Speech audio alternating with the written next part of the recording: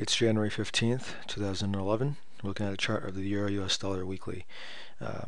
This week was a very big up week. Would have never expected that, but you can see that we actually managed to, right from the get-go, open up, shoot straight up, and we covered all of last week's losses and then some, which is very impressive. So, coming to next week, it's going to be very difficult to judge where the market is going, but based on lower time frames, I'm going to try and get into a move to try and play the range, essentially, because that's what the market is offering us at the moment. So if we look at the daily chart, you can begin to see that the market has been in a range for quite some time, since mid-November to probably, I suppose the move up from, let's see, we're looking at the end of November to the first few days of December have really defined the range here. So you can see that price came up here.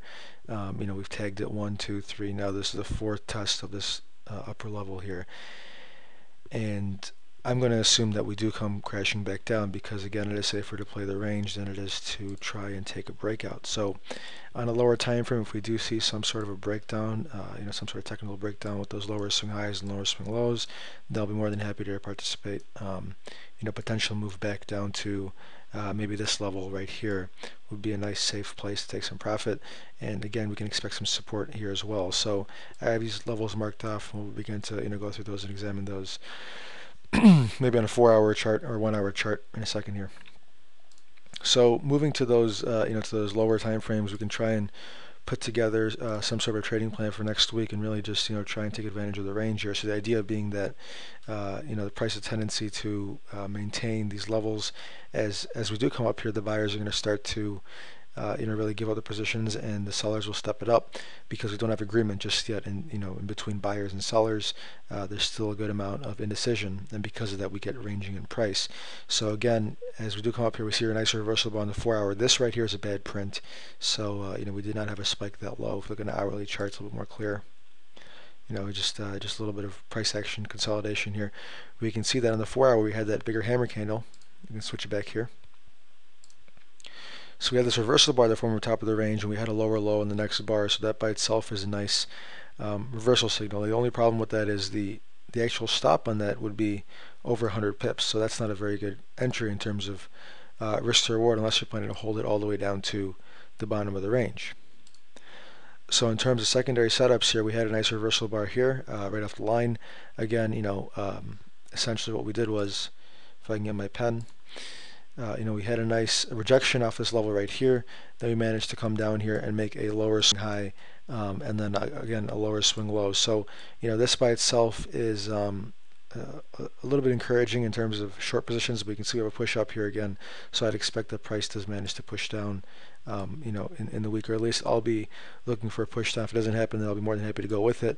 But it's always important to be concerned with the range bound movement before the breakout movement.